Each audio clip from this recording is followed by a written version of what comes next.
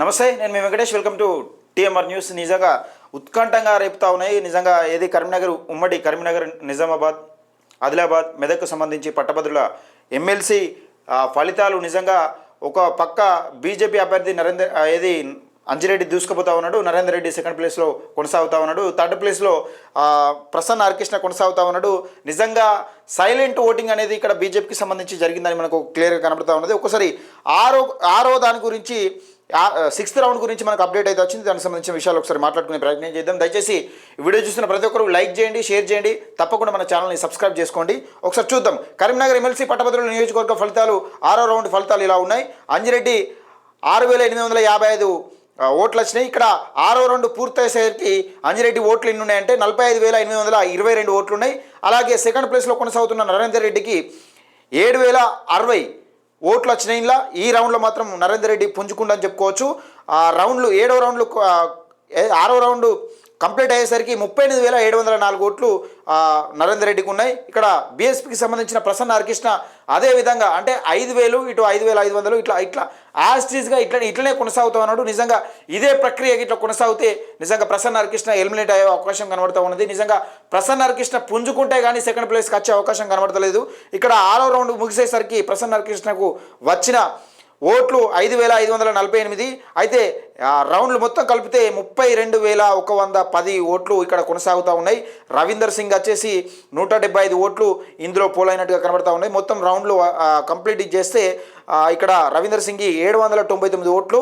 ఇక్కడ 5వ నెంబరు మహమ్మద్ ముస్తక్ అలీ 209 ఓట్లు ఇక్కడ పోలైనట్టుగా కనబడుతూ ఉంది. మొత్తం 6 రౌండ్లు కలిపి 1,208 ఓట్లు ఈయనకు ముస్తక్ అలీకి పోలైనట్టుగా కనబడుతూ ఉన్నది. యాదగిరి శేఖర్ రావుకు ఇలా ఈ 6వ రౌండ్లో మాత్రం 428 ఓట్లు పోలైనట్టుగా కనబడుతూ ఉన్నది.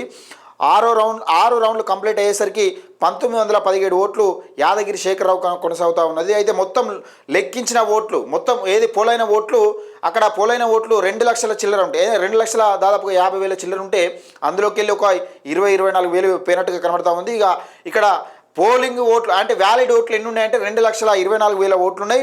అందులో దాదాపుగా ఇప్పటి వరకు 1,24,26,000 ఓట్లు ఏది కంప్లీట్ అయినట్టుగా కనబడతా ఉన్నది. చూద్దాం, 7వ రౌండ్ ఫలితాలు నడుస్తూ ఉన్నాయి. మరి ఏ విధంగా ఉంటుంది ఏం కథ అన్నది మనకు ఇక్కడ లైవ్లో అఖిల్ పాషా ఉన్నాడు. కరీంనగర్ డిస్టిక్ సంబంధించి అఖిల్ పాషా అన్నతో మాట్లాడే ప్రయత్నం చేద్దాం. ఇది ఇలాగనే కొనసాగితే నిజంగా 11వ స్థాయికి వచ్చేసరికి 11 స్టెప్లు అయిపోయేసరికి ప్రసన్న హరికృష్ణ ఇట్లా ఒకవేళ సెకండ్ ప్రియారిటీ. హలో అన్న, నమస్తే అన్న. నమస్తే అన్న, ఏ విధంగా కొనసాగుతుంది అక్కడ? నిజంగా 6వ రౌండ్ పూర్తయిపోయింది. నరేందర్ రెడ్డి కొంచెం ఈ రౌండ్లో పుంజుకున్నట్టుగా కనబడతా ఉంది. మరి ఏ విధంగా కనబడతా ఉంది?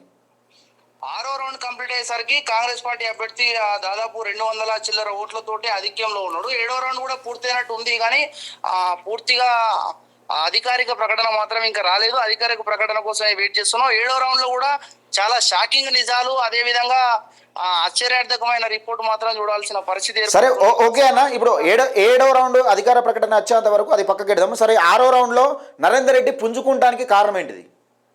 పుంజుకుంటుందంటే నాకు తెలిసి ఉమ్మడి కరీంనగర్ జిల్లా బ్యాలెట్ పేపర్లు స్టార్ట్ అయినాయని మాత్రం అనిపిస్తా ఉన్నది.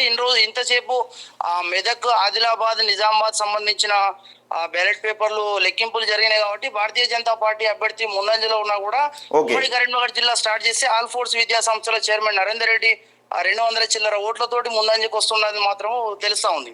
ఓకే అన్న. నిజంగా ఇప్పుడు నరేందర్ రెడ్డి పుంజుకున్నాడంటే నిజంగా ఇక్కడ కరీంనగర్ డిస్టిక్ వచ్చేసి ఇక్కడ ప్రసన్న హరికృష్ణ కూడా ఎక్కువ వచ్చే అవకాశం కనబడతా ఉందా నెక్స్ట్ రౌండ్ లో? 100% ఉమ్మడి కరీంనగర్ జిల్లా అంటే ఇప్పుడు నరేందర్ రెడ్డి వర్సెస్ ప్రసన్న హరికృష్ణ ఉన్నాడు కాబట్టి ప్రసన్న హరికృష్ణ కూడా ఓట్లు పుంజుకునే అవకాశం మాత్రం కనిపిస్తా ఉంది. 200 ఓట్లతోటి నరేందర్ రెడ్డి వచ్చినప్పుడు రాబోయే రౌండ్లలో కూడా ప్రసన్న హరికృష్ణ కూడా పైనకి వచ్చే అవకాశం ఉంది. అట్లా అంటే ఇక్కడ బండి సంజయ్ ఎంపీగా కొనసాగుతా ఉన్నాడు కదా, నిజంగా బీజేపీ ప్రభావం చూపెట్టే అవకాశం లేదా కరీంనగర్ లో?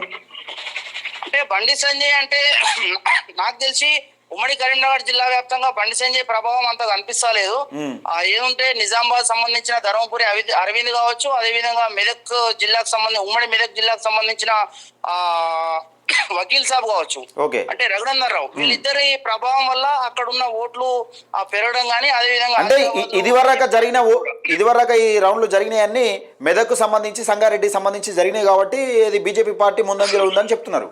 మెదక్ ఆదిలాబాద్ కు సంబంధించిన బ్యాలెట్ పేపర్లు లెక్క పెట్టారు కాబట్టి భారతీయ జనతా పార్టీ అభ్యర్థి ముందంజలో ఉన్నట్టు తెలుస్తా ఉంది. ఇప్పుడు ఉమ్మడి కరీంనగర్ జిల్లా అండ్ ఉమ్మడి నిజామాబాద్ జిల్లా బ్యాలెట్ పేపర్లు తీస్తున్నట్టు మాత్రం తెలుస్తా ఉంది. అంటే ఇవి ఎన్ని రౌండ్లు ఉండే అవకాశం ఉంటుంది ఉమ్మడి కరీంనగర్ జిల్లాకు సంబంధించి?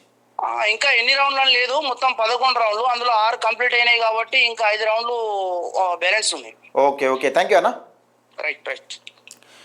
ఇది నిజంగా ఇప్పుడే కరీంనగర్కి సంబంధించి స్టార్ట్ అయినట్టుగా కనబడతా ఉన్నది. మొత్తానికి కరీంనగర్లో నిజంగా ప్రసన్న ఆర్కెస్ట్రా పుంజుకుంటే మాత్రం ఇంకా రెండో ప్లేస్కి వచ్చే అవకాశం కనబడతా ఉన్నది. ఒకవేళ రెండో ప్లేస్కి వస్తేనే మాత్రం ఎలిమినేట్ అవకాశం అనేది తక్కువగా ఉంటుంది. మూడో ప్లేస్లో ఉంటే మాత్రం కంపల్సరీగా ఎలిమినేట్ అవుతాడు. చూస్తూనే ఉండండి టీఎంఆర్ న్యూస్, తప్పకుండా సబ్స్క్రైబ్ చేసుకోండి.